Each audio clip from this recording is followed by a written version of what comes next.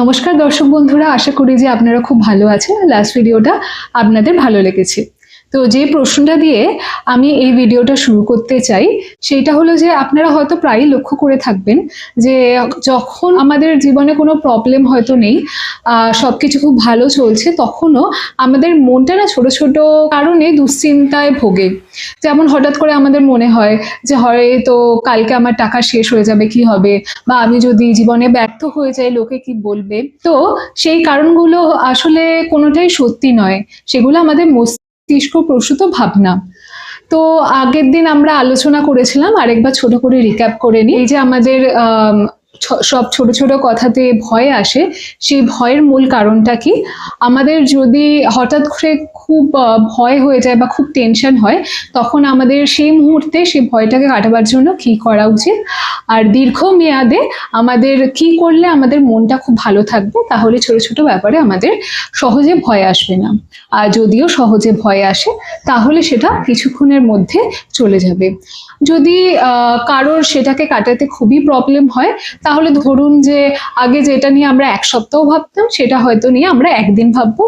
দেখবেন আস্তে আস্তে এই করতে করতে আমাদের মন থেকে ভয়টা চিরতরে দূর হয়ে যাচ্ছে। আর লাস্ট ভিডিওতে আমরা বলেছিলাম বক্স ব্রিদিং এর কথা। আশা করি আপনারা সেটা বুঝতে পেরেছেন এবং ট্রাই করেছেন। আমাকে কেউ কেউ বলেছেন যে তাদের বক্স ব্রিদিং করতে একটুখানি প্রথম দিকে প্রবলেম হচ্ছে।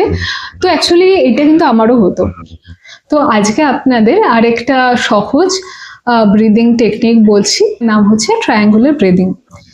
তো ট্রায়াঙ্গুলার ব্রিদিং এ কি হয় সেটা এখন আমি আপনাদের করে দেখাবো।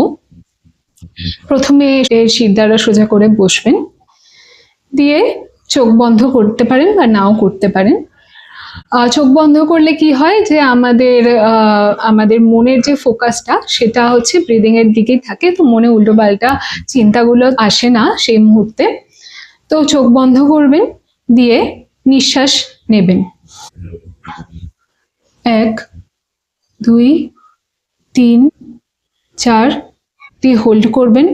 1 2 3 4, দিয়ে ছাড়বেন।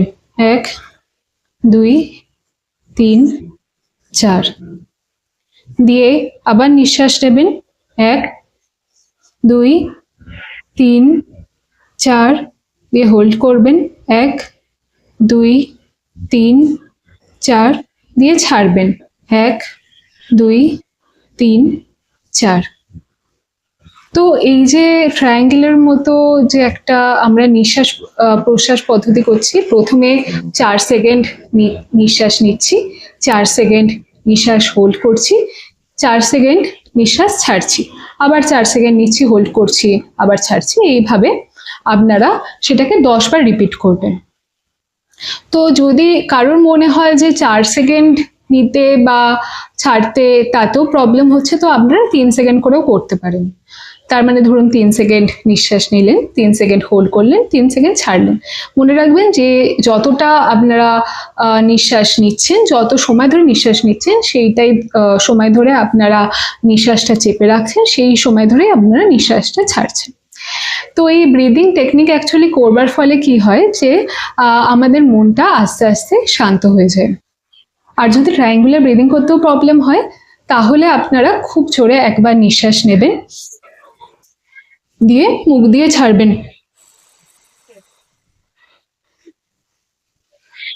দেখবেন যে এই যে আমরা নিঃশ্বাসটা ছাড়ছি না, একটা মনকে যেন আমরা আশ্বস্তি দিচ্ছি যে আমাদের আশেপাশে কিন্তু কোনো ভয়ের কিছু নেই, সবকিছু ঠিক আছে, অল ইজ ওয়েল। তো তুমি মন এখন শান্তভাবে থাকো, কোনো ভয়ের কারণ নেই। ধরুন কারোর যদি খুব টেনশনে বুক খুব ধড়পড় করছে, তাহলে দেখবেন এটা করলে মনটা খুব ঠান্ডা হয়ে যাবে। তো এটা আমাদের শুধু মনকে নয়, পুরো শরীরকে শান্ত রাখতে সাহায্য করে।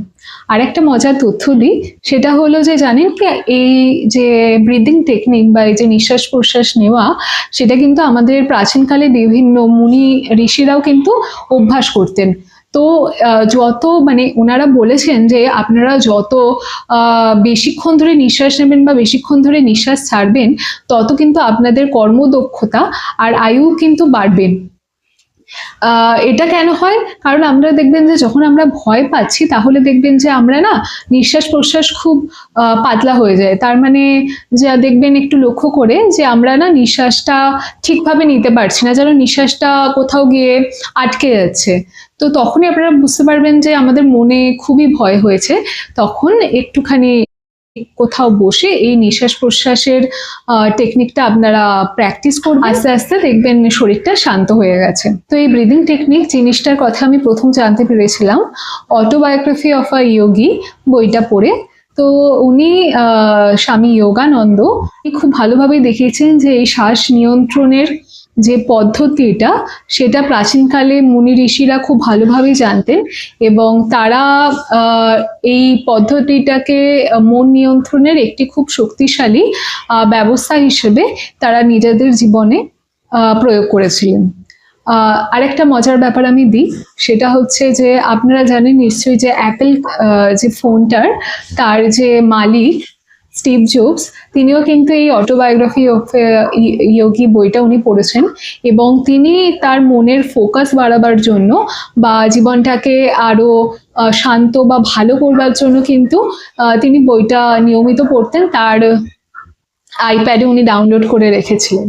তো আপনারা নিশ্চয়ই ভাবছেন যে এই যে মনে আমাদের এসব চিন্তাগুলো আসে সেটা কি শুধু আমাদের মনেই আসে? না, একেবারেই সেটা নয়। আমরা যে সাধারণ মানুষ বলে আমাদের মনে এইসব চিন্তা ভাবনা আসে সেটা কিন্তু নয়। বহু প্রাচীন কাল থেকে বিভিন্ন দার্শনিক, বিভিন্ন মুনি ঋষিরা এবং বিভিন্ন লেখকেরা এই ব্যাপারে ভীষণ পড়াশোনা করেছেন এবং তারা বিভিন্ন বইতে তাদের মতবাদ লিখে গেছেন। তো এখন আমি কিছু বিখ্যাত দার্শনিক এবং লেখকদের তাদের কিছু ফেমাস কোটস নিয়ে ডিসকাশন করব, যে কোটসগুলো আমার জীবনকে অ্যাকচুয়ালি গভীরভাবে অনুপ্রাণিত করেছে এবং আশা করি যে আপনাদেরও ভালো লাগবে। এবং তারা কিন্তু না এই ভয়ে নামক অনুভূতিটাকে তারা জীবনে ফেস করেছেন এবং এটাকে ওভারকাম করেছেন। তো প্রথমেই কথা বলবো আমেরিকার প্রেসিডেন্ট ফ্রাঙ্কলিন ডি রুজভেল্টের কথা। তিনি বলেছিলেন যে আমাদের মনের যে এই ভয়টা সেটা কোনো পরিস্থিতি বা কোনো মানুষ কোনো কিছু দিয়েই নয়, সেটা হচ্ছে ভয় নামক অনুভূতিটার জন্যই। এর মানেটা কি? এর মানেটা হচ্ছে যে আমাদের মাথায় যে এই যে কাল্পনিক চিন্তা, মানে ভবিষ্যতের চিন্তা, মানে আজগুবি যেটা এখনো হয়নি, সেই চিন্তাগুলোই আমাদের মূল সমস্যার কারণ। সেই আমাদের কল্পনাগুলোকে আমরা যদি বুঝতে পারি এবং সেটা মন থেকে আস্তে আস্তে বাদ দিতে থাকি, তাহলে কিন্তু আমাদের জীবনের অর্ধেক সমস্যা সমাধান হবে। সেকেন্ড কোটের কথা বলবো, যিনি বিখ্যাত নেলসন ম্যান্ডেলা। উনি বলেছেন জীবনে কিন্তু ভয় সবারই আসে, সেই পরিস্থিতি কিন্তু সবারই আসে যে কারণে ভয়টা সবারই লাগে। এটা আপনারা লক্ষ্য করে দেখবেন যে কিছু কিছু মানুষ আমাদের এরকম ভাবে আইডেন্টিফাই করে নেয়, আরে এর তো সব ব্যাপারেই ভয় লাগে। ব্যাপারটা সেটা কিন্তু নয় একবারই। ভয়টা সবারই লাগে, সেই পরিস্থিতি মানুষের প্রত্যেকটা মানুষের জীবনে আসে, কিন্তু সেই অ্যাকচুয়ালি জীবনে সবচেয়ে আগে যায় যে সে ভয়টাকে জিততে পারে, ভয়ের কাছে কিন্তু আত্মসমর্পণ করে না। ধরুন আজকেও কোনো একটা কাজে ব্যর্থ হয়েছে, ঠিক আছে, ধরুন কারোর এখন তো জানেন আপনারা প্রচুর লে অফ হচ্ছে আমাদের আইটি কোম্পানিজে, তো ধরুন কারোর জব চলে গেছে, তো তাকে বাড়িতে লোকে হাজারটা কথা বলবে যে কি ব্যাপার যে এখনো কাজ পাচ্ছিস না কেন। সে সেই পরিস্থিতিতে কিন্তু তার হার স্বীকার না করে সে যদি পরিস্থিতিটাকে মুখোমুখি ফেস করে এবং নিজেকে নিজে বলে যে না আমি পারবো ঠিকই, তাহলে কিন্তু একটা সময় পরে সে আবার ঘুরে দাঁড়াতে পারবে। তো হার স্বীকার করাটা নয়, সেই ভয়টাকে আমাদের মুখোমুখি দাঁড়ানো, ভয়টাকে চ্যালেঞ্জ করা যে না আমি পরাজিত হব না, আমি ঠিক ঘুরে দাঁড়াতে পারবো, সেই মানুষই কিন্তু জীবনে জয়ী। এরপর বিখ্যাত লেখক পাওলো কোয়েলহোর কথা বলি, আপনারা হয়তো ওনার বিখ্যাত বই দ্য অ্যালকেমিস্ট অনেকেই পড়েছেন। উনি বলেছেন যে ভয়ের কাছে আমরা যদি হার স্বীকার করে নিই, তাহলে আমাদের মনের কথা আমরা কিন্তু অনেকেই শুনতে পাবো না। মনের কথা শুনতে না পাওয়া বলে যে দেখবেন যে আমাদের মনে, আমরা যদি খুব কঠিন পরিস্থিতি হয় এবং তার মধ্যেও কিন্তু আমাদের কোথাও উইল পাওয়ার বা যেটাকে বলবো যে আমাদের ইচ্ছে শক্তি, সেটা কিন্তু আমাদের কোথাও না কোথাও বেঁচে থাকে, এবং সেই ইচ্ছে শক্তিটাকে আমরা যদি শুনতে পাই, তাহলে কিন্তু আমাদের জীবনের পথে অনেক দূর এগিয়ে যেতে পারবো। আর ভয়ের কাছে আমরা যদি মাথা নত করে নিই, তাহলে কিন্তু আমরা জীবনে বাঁচতেই পারবো না বা আমাদের জীবনটাকে উপলব্ধি করতে পারবো না।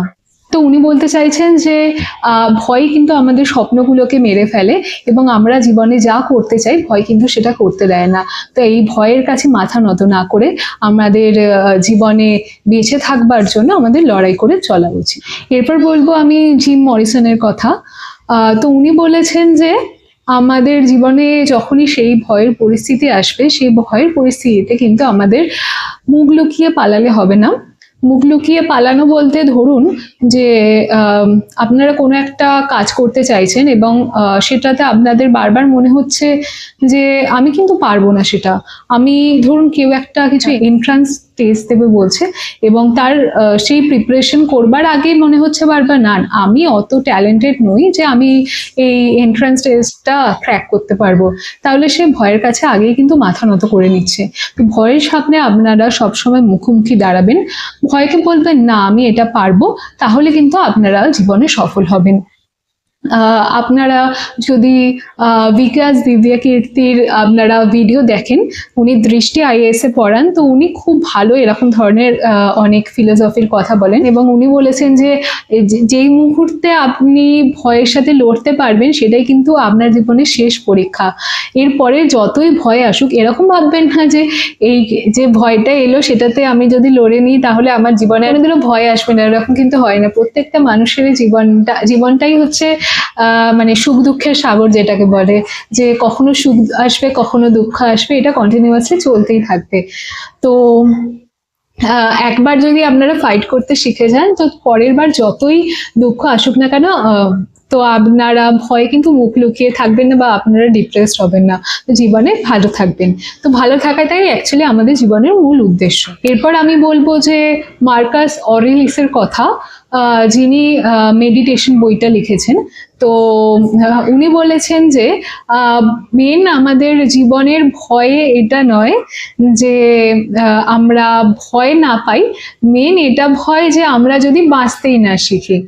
তো এটার মানেটা কি? এটার মানেটা সেই কিন্তু একই, যে আমরা যদি কোনো চ্যালেঞ্জ ফেসই না করি, আমরা যদি ভয় পেয়ে লুকিয়ে থাকি, মানে অ্যাকচুয়ালি জানেন তো যে মানুষ কিন্তু কমফোর্টেবল সিচুয়েশনটা খুব পছন্দ করেন। ধরুন সে একটা খুব সোজা কাজ করে অভ্যস্ত, তার ধরুন কেউ রান্না করতে ভালোবাসেন, তো আপনারা রোজ ডাল ভাত পোস্ত এই করেই আপনারা খুব খুশি। ধরুন আপনার মেয়ে বা ছেলে কেউ এসে দেখাচ্ছে, মা এই রেসিপিটা আমি ইউটিউবে দেখলাম, কালকে একটুখানি করে দিও তো। অনেকে আপনারা ট্রাই করবেন, কিন্তু অনেকে আবার ভয়ও পাবেন যে না আমি নতুন কিছু করতে চাই না, কারণ আপনারা সেই কমফোর্ট থেকে না আপনারা অনেকেই না বেরোতে চাইবেন না, যে নতুন কিছু ট্রাই করতে চাইবেন না। তো কিন্তু ধরুন আপনারা ভাবলেন না আমি ট্রাই করে দেখি, একবার যেই ট্রাই করলেন তখন বুঝতে পারলেন যে আচ্ছা এটা আমার এই দিন ভুল ছিল, ভুল প্রথমবার হবেই, কিন্তু আপনারা যদি বুঝতে পারেন যে আচ্ছা এইটা আমার ভুল ছিল, তো নেক্সট বার যখন আবার ট্রাই করবেন তখন দেখবেন যে আপনারা আরো বেটার করছেন। এইভাবে করতে করতে একটা সময় কিন্তু আপনারা খুব ভালোভাবে শিখে যাবেন। সেটাই অ্যাকচুয়ালি উনি বলেছেন যে ভয়টাকে আমাদের ফেস করতে হবে, না করলে আমরা কিন্তু জীবনে বাঁচতে পারবো না। তো জীবনে বাঁচা মানে এটা নয় যে সবসময় কমফোর্টেবল সিচুয়েশনের মধ্যে দিয়ে যাওয়া। যদি কমফোর্টেবল সিচুয়েশনের মধ্যে দিয়ে মানুষ সবসময় যায়, তাহলে আমাদের জীবনে যা যা আমাদের দেওয়ার আছে আমরা তো সেগুলোকে কোনোদিন বুঝতেই পারবো না। আমাদের জীবনে দেওয়ার আছে বলতে মানে আমি বলতে চাইছি যে জীবনের প্রত্যেকটা উপাদানকে, ধরুন কেউ যদি পাহাড়ে না যায়, তার বলে যে আমি পাহাড়ে তো আমার চড়তেই ভয় লাগে, তো সে পাহাড়ের ওপর থেকে যে সুন্দর ভিউটা পাওয়া যায় সে কি সেটা কোনোদিনও জানতে পারবে? সে কোনোদিনও পারবে না, তাই না? তো আমাদের জীবনে কিন্তু সবকিছুই উপভোগ করে আমাদের জীবনটাকে সব ভালো মন্দের মধ্যে দিয়েই আসতে হবে, সেটাই উনি বলতে। শেষ আমি যার কোর্স বলবো তিনি হচ্ছেন সুজান জে জেফার্স। উনি বলেছেন আমাদের বাইরে বেরোতে হবে, ভয়টাকে ফেস করতে হবে এবং সেটাকে করে দেখাতে হবে। তার মানে কি, ধরেও খুব ভালো গান গায়, ঠিক আছে, তো কিন্তু সে বাথরুম সিঙ্গার, তার ভয় লাগে না বাবা আমি স্টেজে উঠলে আমাকে যদি লোকে হাসে।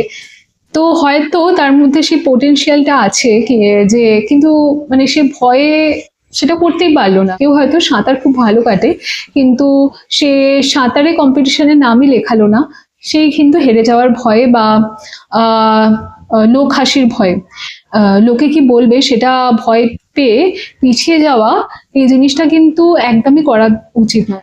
আমাদের এটাকে অ্যাকসেপ্ট করে নেওয়া উচিত যে বিভিন্ন লোক তার বিভিন্ন মতবাদ, আমরাও কিন্তু লোকের সম্পর্কে বিভিন্ন জিনিস আমরা ডিসকাশন করে থাকি, তো আমাদের সেটাকে না মানে মেনে নিতে হবে যে লোকে বলবেই, কিন্তু আমরা আমাদের জীবনটাকে আমাদের মতো করে বাঁচতে চাই, কারণ এই জীবনটা একটাই। এই জীবনটা আমরা যদি না বাঁচি তাহলে আমাদের মৃত্যুকালে গিয়ে সেই আফসোসটা রয়ে যাবে। তো এতক্ষণে আশা করি আপনারা বিষয়টাকে বুঝতে পেরেছেন। তো আমরা কি শিখলাম আজকে? আমাদের ভয়টাকে প্রত্যেক মুহূর্তে ফেস করে আমাদের জীবনে বাঁচতে হবে।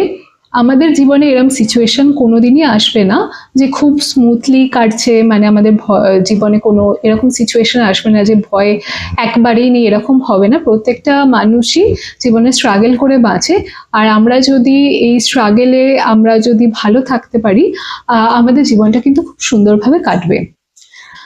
তো আমি একটা বই পড়েছিলাম, সেটা হচ্ছে ওশোর লেখা ফিয়ার বলে বইটা, আপনারা পড়ে দেখতে পারেন। এই বইটা কিন্তু বিভিন্ন রকম ফিয়ারের বিভিন্ন কোয়েশ্চেন এবং আনসার হিসেবে দেওয়া আছে।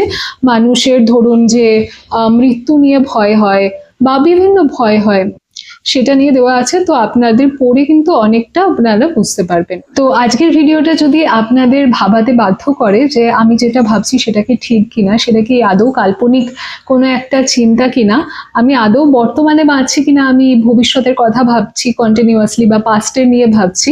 পাস্টে নিয়ে বাঁচা বলতে মানে সে এই পাস্টে যা যা হয়েছে সে কন্টিনিউয়াসলি ভাবছে আমার ভবিষ্যতেও কিন্তু সেটা হবে, সেটা কিন্তু একদমই ঠিক নয়। সেটা আমাদের সবসময় মনে রাখতে হবে যে আমাদের মস্তিষ্ক প্রসূত ভাবনা, আমাদের ব্রেনই এইসবগুলো ভাবায় আমাদের, যাতে আমরা নিরাপদে থাকতে পারি। কিন্তু যেদিন আমাদের নিজেদের চিন্তা ভাবনা থেকে আমাদের কে সেপারেট করতে পারবো, আমরা বুঝতে পারবো যে আমরা যা ভাবি সেগুলো ঠিক নয়, সেদিনই কিন্তু আমরা জীবনে প্রকৃত বাঁচতে শিখবো। তো আশা করি যে আমার ভিডিওটা ভালো লেগেছে। যদি কিছু প্রশ্ন থাকেন তাহলে আমাকে কমেন্ট বক্সে অবশ্যই জানাবেন, আমি পার্সোনালি সেটার উত্তর দেওয়ার চেষ্টা করব। আর নেক্সট ভিডিওতে আমরা ফিরছি আর্ট থেরাপি নিয়ে। আর্ট থেরাপি একটা খুবই মজার জিনিস। আর্ট থেরাপি বলতে আমি যেরকম আগের ভিডিওতে বলেছিলাম যে আর্ট ফর্ম শুধুমাত্র পেন্টিং বা ধরুন কেউ যদি গল্পের বই পড়ছে বা আর্ট ফর্ম, কিন্তু সেরকম নট নেসেসারিলি সেটাই হতে হবে। আর্ট ফর্ম কিন্তু বিভিন্ন হতে পারে, কারোর রান্না করতে ভালো লাগে সেটাও এক ধরনের আর্ট, কারো গার্ডেনিং ভালো লাগে সেটাও কিন্তু এক ধরনের আর্ট। তো এই সবগুলো এক একটা বিভিন্ন রকমের আর্ট, যার যেটা ভালো লাগে সেটাই তার অ্যাকচুয়ালি পার্সু করে থাকা উচিত তার জীবনে ভালো থাকবার জন্য। আমরা যত ভালো থাকবো, আমাদের যে মনের অন্ধকারটা আছে না, অন্ধকার ধরুন একটা টানেল আছে সেটাকে বলা যায়, তো সেই অন্ধকারটায় আস্তে আস্তে আলো আসবে। আর এই ভিডিওটা যদি আপনাদের ভালো লেগে থাকে তাহলে নিশ্চয়ই এমন কারোর সাথে যদি চেনা থাকে যে তার সে ডিপ্রেশনে ভুগছে বা তার জীবনে খারাপ সময়ে সে ভয়ের সাথে মোকাবিলা করছে, তাহলে তার সাথে অবশ্যই শেয়ার করবেন। আশা করি তার ভালো লাগবে এবং উপকারে আসবে। তো আবার দেখা হবে। নমস্কার।